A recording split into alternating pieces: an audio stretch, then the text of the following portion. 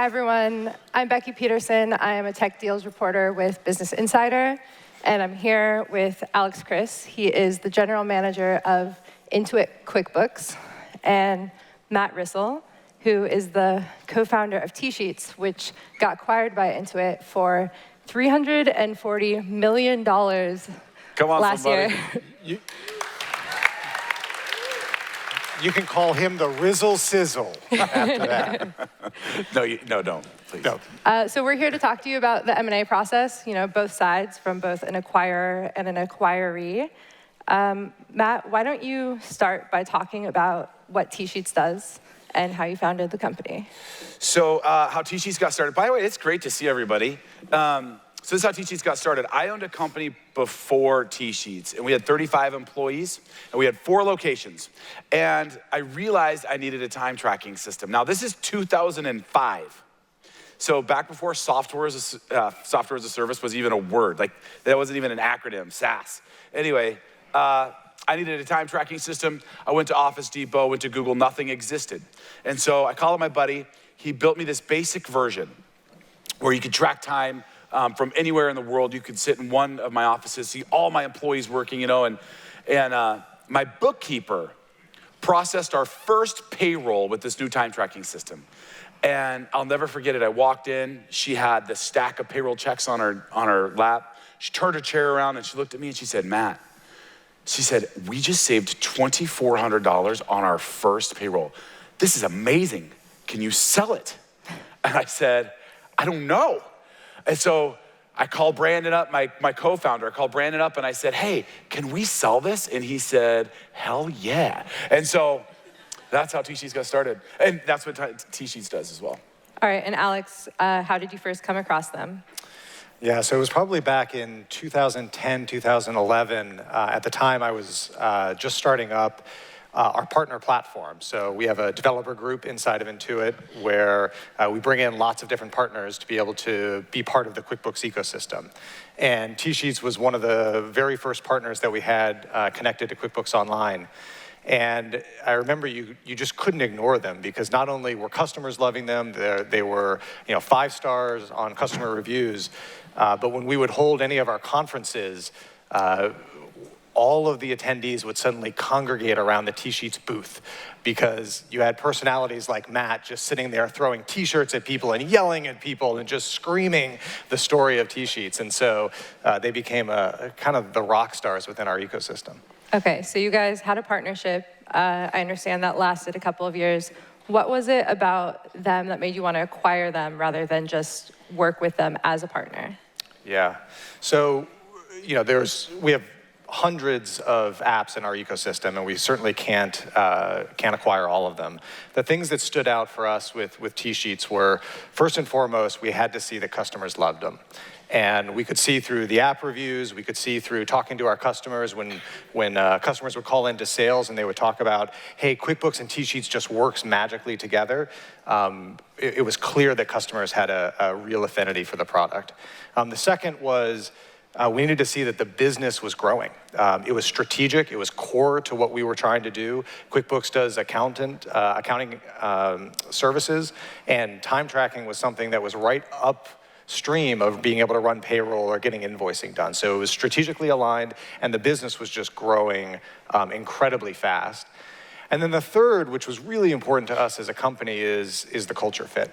And luckily, we had an opportunity to get to know many of the folks, leaders like Matt, but then really the whole leadership team inside of TSheets. And the culture was just something that fit very well with what we were building inside of Intuit as well. Okay, and we were speaking about this backstage, but TSheets is actually based in Boise, right? So is that your first Idaho office? It is our first Idaho office. Okay. Yes. How does it work, moving into a new state and sort of like setting up shop there? Yeah, so we have offices all over the world, but obviously it's actually something we talk to our board quite a bit, which is when you go and do an acquisition, you have to be clear that this is a place that you want to continue to grow. And Boise actually has been a real wonderful surprise. The talent there is tremendous. We've actually, since the acquisition, have probably getting close to doubling the office. We continue to expand there, and it's a site that we actually intend to continue to invest in. All right, so I want to talk about the early stage of the acquisition conversations. How did it come up? Were you just at coffee? Were there lawyers? How do you start that discussion? We've known each other, as I mentioned before, back to 2010, and there was always this, hey, we know that our customers love us better together, but it's weird to sort of start that conversation, and Matt, I don't think, was in a mindset of wanting to sell, so I used ninja mind tricks on him. And I sat down with him, and I remember the meeting, and I sat down in one of our offices when he was visiting, and I said, Matt, I got to tell you, we are never, ever going to acquire you. And his competitive nature kicked in instantly, and he spent the next 6 months trying to convince us why it would make so much sense for us to acquire That is not true, just so everyone knows. It's pretty close, though. Yeah, partly. All right, Matt, what's your version of events? Well, first of all, earlier, did you call me a rock star? I can't. Is this recorded? He is a rock star. No, so very similarly. Like, I'm curious, startup grind, it's like, you guys are out there grinding, you're building a company, you're grinding. How many one day want to get acquired? Yeah, okay, good. Good subject. Well, we were not trying to get acquired. We were doubling every year. We had raised 15 million bucks. We had not touched our money at all, our capital. We were paying for ourselves as we grew. And so really, my commute is roughly 4 minutes, depending on how many cars I have to wait for to turn. And so, we weren't really looking to be acquired. He came to me, and he did say that I thought I was showing up for, hey, what's next in our partnership? And he looked at me, and he said, I've got good news and bad news. Good news is we're all in on time tracking. And I'm like, yes. And he said, so that means we're either going to partner or build, we're either going to build or buy. And he said, we've decided we're not going to buy you. And I was like, oh, shit. And I did say, good, because we're not for sale. But it was more of a like, good. And then that's when the dance started, and it really did. And we were like, oh, because there's a real, so Intuit did account as a growing business. They accounted for a small percentage of our growth, but they provided a tremendous amount of branding and air cover. And so if they were to have done something, that would have been a real threat to our business. So it was really something we had to consider. So you had said you were not looking to get acquired. Were you planning on IPOing? What was the path, and what convinced you? We weren't necessarily planning on being or doing an IPO at any time soon. It was something off in the distance. I didn't know if I ever wanted to be a CEO of a publicly traded company. I wasn't sure. I just knew we were loving what we were doing, and we were just growing every year. And so, really, that was the plan. We really didn't have an exit strategy, which, by the way, I'll never forget. I got beat up by a VC when we first got started because he said, "What's your exit strategy?" Right when we got started, I'm like, "I don't have one." And he started to just beat on me a little bit. And I said, "That's crazy." I said, "I want to build a really healthy, a real company that's not just dependent on the next raise. I want to build a real company." So anyway. Thanks. All right, so once the M&A process got started, what were some of the surprising things that, for either of you that you came across in the process? What surprised you? There was so much surprising. Number one, I thought when you got acquired, because I sold my last company, right? And that was like maybe a 3 or 4 week kind of a deal, tops, and it was sold and gone. Well, it was a much larger deal, publicly traded company. The conversation, from that conversation to when we were acquired, was roughly 9 months. And it was, so some of the things that surprised me along the way, it was just, there was a ton that was shocking. One, you have to continue to run your company. So we had 300 employees at the time. We're growing super fast. None of that can change, right? Number one. Number two, at the same time, we had another company come in, larger than Intuit, that tried to acquire us at the same time. And so we tried to run the process. Trying to run the process with 2 different companies at the same time was so much work. You're already running a company at 80 hours a week. Now you have 2 companies that you're in conversations with. the amount of documents that you have to go through, it was incredible. And then probably the most was the emotional roller coaster that you go through as an entrepreneur. And that's no lie. I mean, the amount of sleepless nights you already have, you just kind of multiply it times 3. And you know, because the TSheets employees, I mean, we've won the best place to work in Idaho like 4 years in a row. I love my team. And I wanted to make sure that they would be in a just as good of, if not better place. I love the community. And so the emotional roller coaster was really hard. You know, before I joined Intuit, I ran a startup and I was acquired by a public company as well. I've done 4 acquisitions inside of Intuit, and all of them are difficult. All of them are challenging. And you know, the commitment that I made to Matt when we first kicked off the process was we were just going to have an incredibly transparent and open conversation, as much as you can when you're negotiating and trying to do all of that. But you know, even just understanding what the process is, right? We have to take our board through the process. We have to take our leadership team through the process, right? There's a whole bunch of different things that we have to do just to be able to make an acquisition happen. And you know, having been in that seat and knowing what Matt and the team were going to go through, it is. It's really challenging. It's really challenging to go through that roller coaster ride of, okay, are we in, are we out, like what's happening? And you have to do it, as Matt said, while running the company and doing it really without being able to tell many people within your organization. Because you certainly don't want this to get out. You know, with 300 people, maybe 5, 6 within the whole organization knew that we were going through this process. So that, just running those 2 things in parallel is really, really challenging. And Alex, did you guys take a look at other competitors of TSheets in the process once you decided to buy? Absolutely. You have to. You know, we did a whole market landscape, global look at all the different competitors. Trust me, they told me. Yeah, we went deep on, you know, not only the financials, but, you know, what customers were saying. We would call into customers of TSheets and QuickBooks together just to really understand, like, how are they using the products together. We did that with other competitors as well, just to understand, you know, the App Store reviews could say one thing, but we really wanted to get verbatims with customers. And we needed to have a full due diligence across not just the one company, but what other options were out there and what they would look like from a valuation standpoint. So we did an entire market landscape. All right. And Matt, if I understand, you guys didn't take very much VC money, is that right? So I imagine for a lot of startups, you're having these conversations with VCs who are sort of like your closest advisors. Who did you turn to figure out if this was the right move for you? You know, one of the things that I can say is the venture capitalists that we did choose was Summit Partners.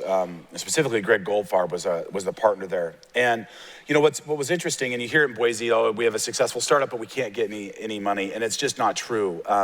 When we went to go finally raise money, we never went out and pitched anybody. They all came to Boise, we lined them up, and they pitched us. And I say that because we were able to choose the right partner at the right firm. And so a lot of entrepreneurs have talked to other CEOs who get pressure from their board of whether or not to do something, or even worse, they say, you should go do something. And when anybody tells me I should go do something, I tell them to go should on someone else, because I really kind of have a visceral response to that. And in this event, they literally said, it's up to you. And this is your call. And in life, whether it is, you know, deciding whether or not to be acquired or whatever it is, if you're faced with a situation where, you know, your family wins, your shareholders win, your employees win, and it's funny, like our customers win, the amount of distribution that we have. I mean, sure, we had, you know, 50 or 60,000 customers with $1 million, but now we're attached to QuickBooks. I mean, the amount of small businesses that can be affected by our product now is just completely different. And when you have, in the community, we're the largest employer in our city. Now they have a Fortune 500 company there. And when you look at that many people that in organizations that win, you really have to take a hard look at it.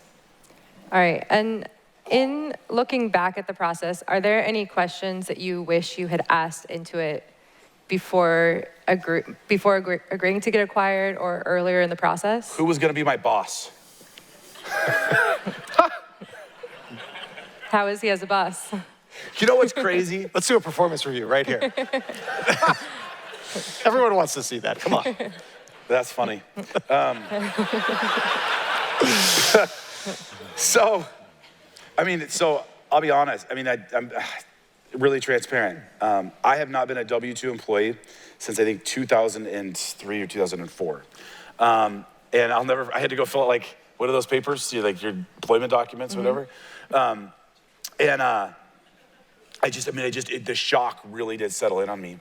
And then the concept of, oh my gosh, I really do have a boss. Now I had a board, I had a great board, and I always, love having people in my life speak into my life. So it's not that, but the idea that you have a boss, it was very difficult.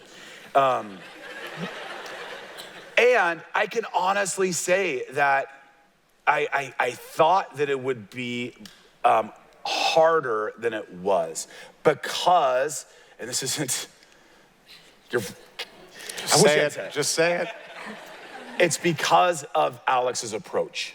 He has been very hands-off. He has not tried to control and constrict. He's allowed us to build and create. The things that he said, this is such a big deal when you go to get acquired. The things that and this is why we chose them. One of the reasons why we chose them is because we believed that the things that they said during the acquisition process was real, and it was.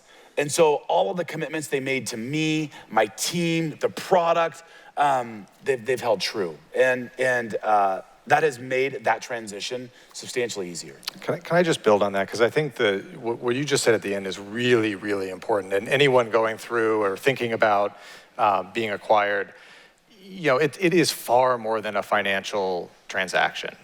If you want to stay there, if you have employees that you think are going to be part of this organization going forward, you really have to know that it is a good culture fit, that you are going in with leadership that you believe in and that you trust.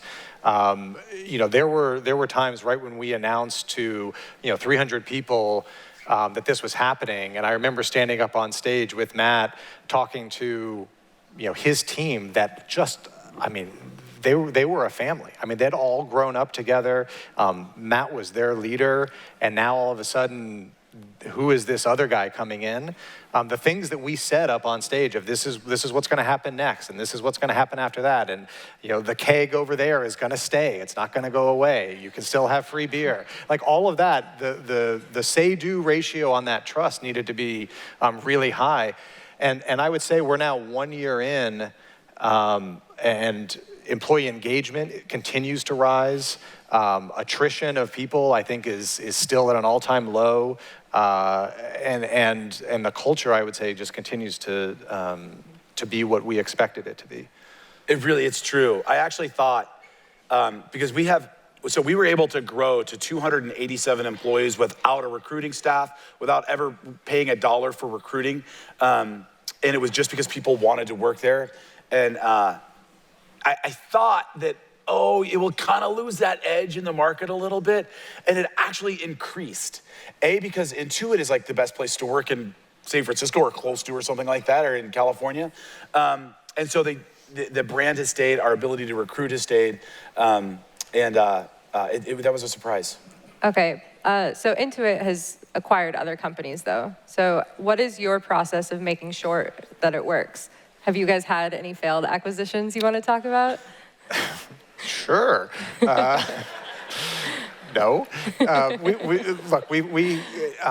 Acquisitions, and it's not just Intuit. Acquisitions are very difficult to do, and the failure rate is very high.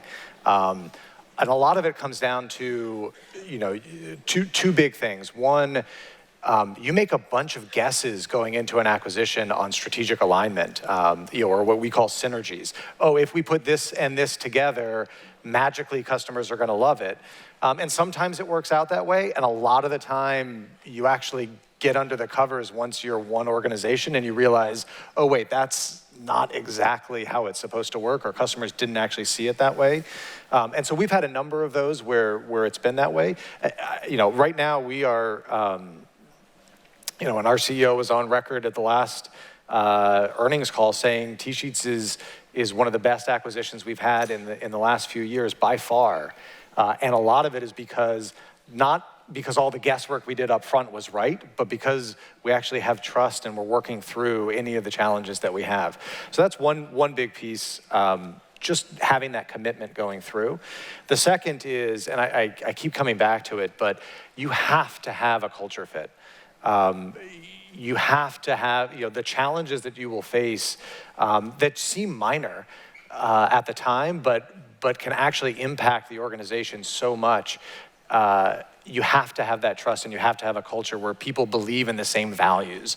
And Matt had built an amazing organization that had strong values, and so had Intuit. We're a 35-year-old company where Scott Cook came in and created values 35 years ago that we still live through today.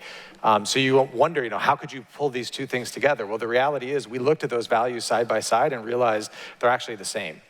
And we had conversations with employees that said, what you believe over here and what we believe over here are actually, if you put them together, they're the same values. And that was super important for us. And it seems very different than trying to negotiate a financial transaction. But if you want this to work and you want to be able to grow the organization, it is something that you can't skip past. Does Intuit have kegs? Have kegs? They in do now. Some of our locations, in our Boise headquarters, we do. We do. Again, globally, we have. It's a fun place to work. You should all come work there. All right, Matt. I do want to ask. You are a year in.